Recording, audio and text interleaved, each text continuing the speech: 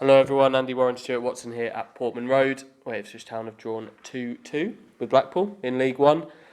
Stuart, a fair result, do you think? Just about?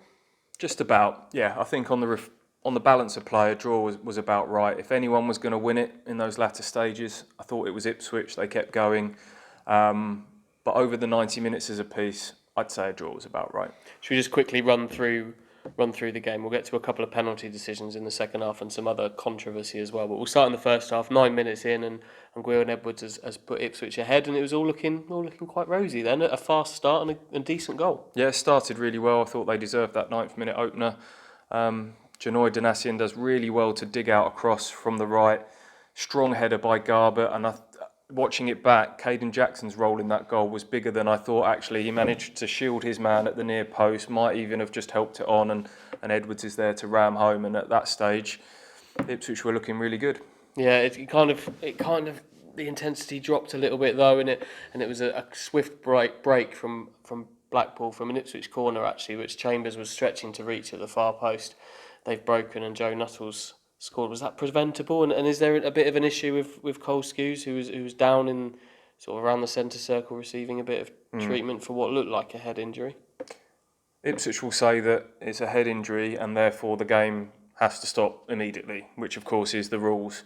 What I would say is I thought it was a foul by Cole Skews in midfield. So the referee's seen the foul, played the advantage, and then turned to follow the play. He's probably not aware that the guy's fallen on top of Skews' head, back of his head. And credit to Blackpool, they countered quickly, worked it well on the left. It was a good cross. Nuttall probably should have scored with the first header, but didn't make any mistake with the second. So that was 1-1, and things went a little bit flat. And in we go into the second half from there. Right, let's get to some penalties. The first one went against Ipswich, and it went against Luke Chambers. That was Sully Kaikai running into the box. Wolfenden shielded him off. In comes Chambers, and it's debatable whether he brought him down or whether it was a dive. And Chambers very, very quick to signal for the dive. Will Norris was the goalkeeper, straight over to the referee and then the assistant to protest against that one. We've seen it back. What do we make of that one? It's hard from the angle, isn't it? It's a long way away. Was it simulation? Yes. Should Chambers be diving in like that in the box? No. You give the referee a decision to make. Now, Paul Lambert says he's heard that the linesman told the referee there was no contact and the referee still gave it. So, can it still be a foul without contact? Chambers has impeded his run. He's dived in. I don't think he needs to dive in there. Wolfenden's shown him away from goal. Yes, he's made the most of it. It's one of these where he's skipped over it, he's landed, he's taken an extra step, then he stuttered to the floor.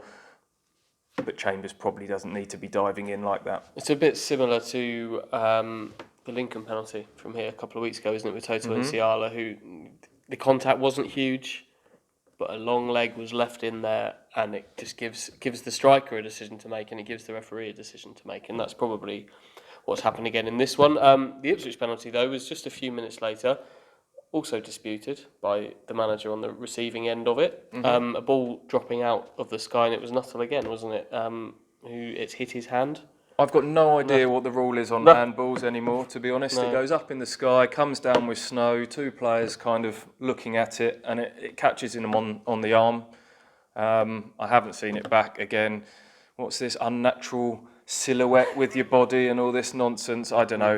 Are they automatically given now if it hits your arm? But if you was on the receiving end of that, I'm sure you would see it as soft. But maybe it's in the referee's mind that he's given one up the other end at that stage. Anyway, it's given. Garbutt, cool as you like, emphatically finished from the penalty spot. Great penalty. 2-2. Great penalty. And then the Ipswich were the most likely winners from going on there for the final 15 minutes or so without.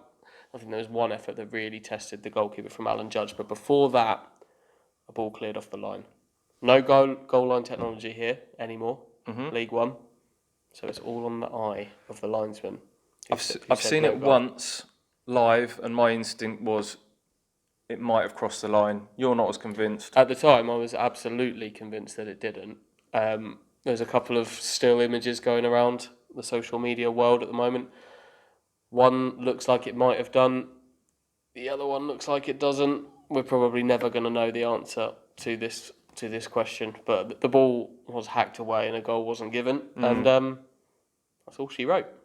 Yeah, indeed. So 2-2, and we move now on to Wickham, top of the table clash here at Portman Road on Tuesday night.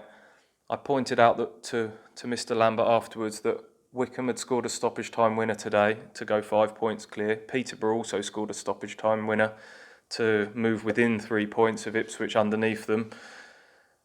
He was a little bit sarcastic in terms of saying, "What a disaster! That's it, we can't win the title. The title's lost in November." He was taking the mickey a little bit. He's saying that... How have you? No. We're a good team. The fans are great. It's just another game. Was trying to sort of dampen any hype around this match. But we're looking forward to seeing what Wickham are all about. They're very much the surprise package this year. Yep, should be good. Akinfenwa up front. Yeah. Matt Bloomfield, who's coaching at Ipswich, playing in midfield for them. Yeah, I spoke to him the other day. We'll get onto this later another day, but he can't even remember the last time he played at Portman Road. It's that long ago. But he's a boyhood Ipswich Town fan, currently 5 points clear at the top of League One ahead of Ipswich. So plenty to look forward to there. Thank you for watching this video, and we'll maybe see you after the next game.